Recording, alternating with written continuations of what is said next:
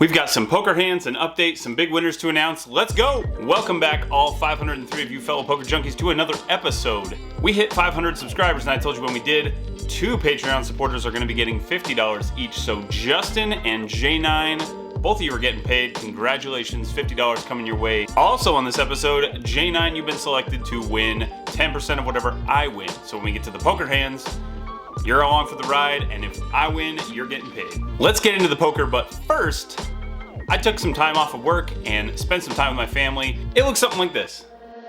What I would do for you.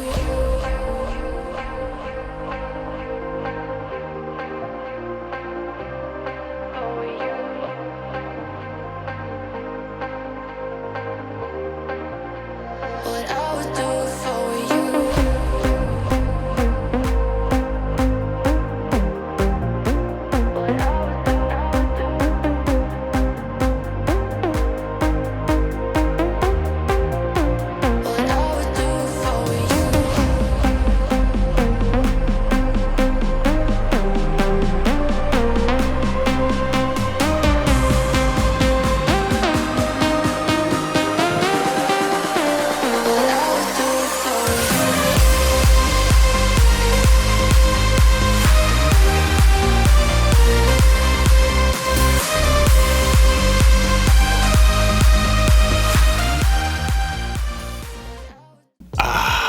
It's a good week.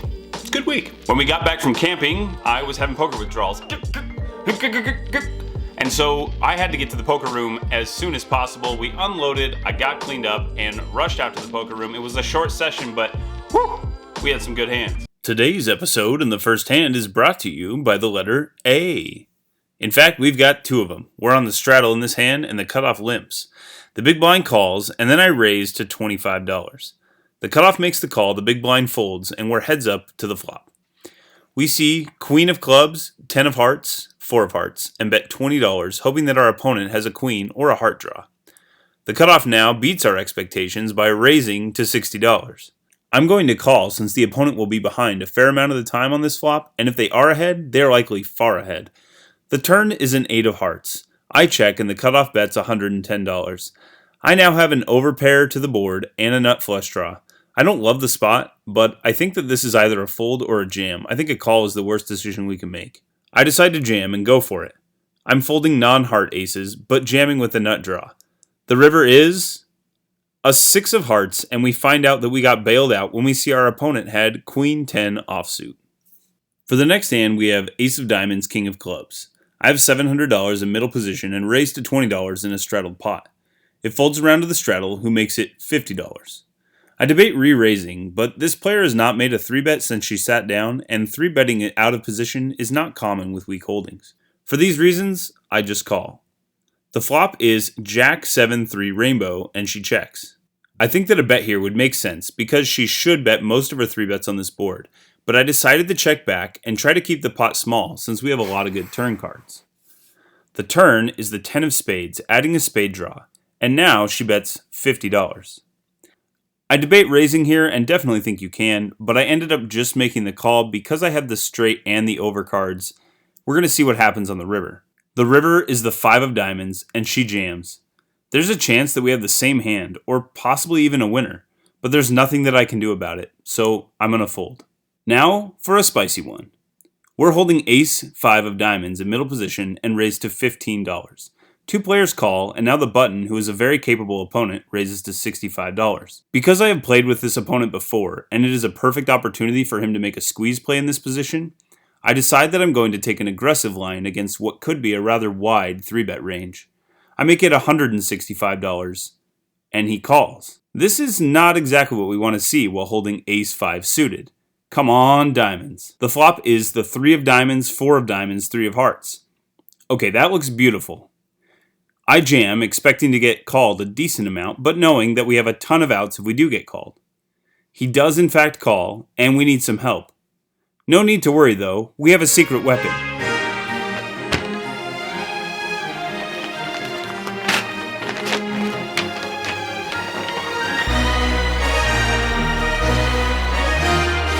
That's right, we're wearing our lucky shirt. The turn is the 2 of diamonds. You got a really good hand. Oh baby, this could not have gone much better.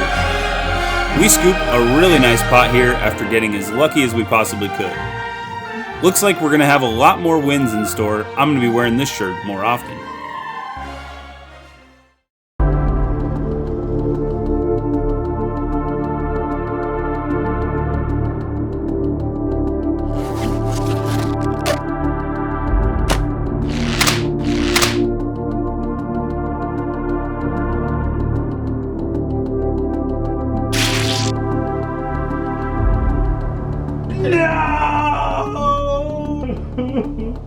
We get dealt the King of Hearts, King of Clubs a few orbits later, and the hijack raises to $25.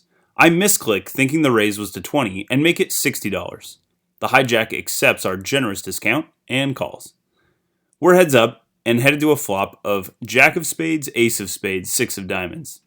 This is not exactly what we wanted to see. The opponent checks to us, and I'm going to check it back since a lot of his 3-bet calling range is going to contain an ace. The 5 of Hearts on the turn doesn't change the board much, and now the hijack bets $40. I'm going to call since I will be good often enough for this call to be profitable.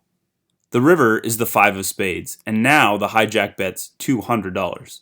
I can't call here since so many hands that are betting are ahead of us and we are trying to bluff catch without many options for a missed draw. I decide to let this one go. This hand is a weird hand. Ace of Spades, 5 of Spades. I have 1K in the hijack and make a raise to $15. The button and the big blind both call, and we go to Jack of Clubs, Queen of Clubs, 5 of Hearts. We've got bottom pair on a board that's going to hit our opponent's range pretty hard. The big blind checks to me, and I'm going to check this back. We move to the turn, which is the Jack of Diamonds, and it checks to the button, who now bets $10 into 45. This is such a small bet that I think it could mean a lot of hands that are in a similar range to ours, and we might be beating them with a kicker. The big blind folds, and it is on me. I call, but right after I do, my opponent checks her cards, and I see that she has pocket 8s. I wasn't actively trying to spot her cards, but was simply watching for comfort level to make a decision on the river when I saw the cards exposed. I'll ask how you would handle this spot, and would love to hear from you in the comments. Now we're going to the river with knowledge of what our opponent's hand is. When the 2 of Hearts showed up on the river, I decided that the best chance I had to win this thing was to make a large bluff, thinking that pocket 8s probably wouldn't be able to call very often. That said, my bluff doesn't make a ton of sense, and I would normally be checking down in a spot like this without perfect information. I end up betting $55, which is close to the size of the pot, and she tanks. Then decides to call. Nice call by my opponent. You may disagree with me, but I believe that it is the responsibility of my opponent to protect their cards. I do not try to be sneaky and actively see whole cards, but if an opponent shows the cards, I can't control that. I don't know. It's a strange spot and one that doesn't come up very often. Curious to hear what you guys think. We end up having a short session. I get a phone call and have to cut it short after only a few hours. So only a few hands to share with you this time, but we book a nice win. Check that out. That means J9, this pile of money is coming to you. A bonus plus the win from the session. Oh yeah, that looks real nice. If you'd like some money sent your way, the Patreon information is in the description below. Thanks for watching, everybody. I appreciate you tuning in. Go crush a table. I will see you next time.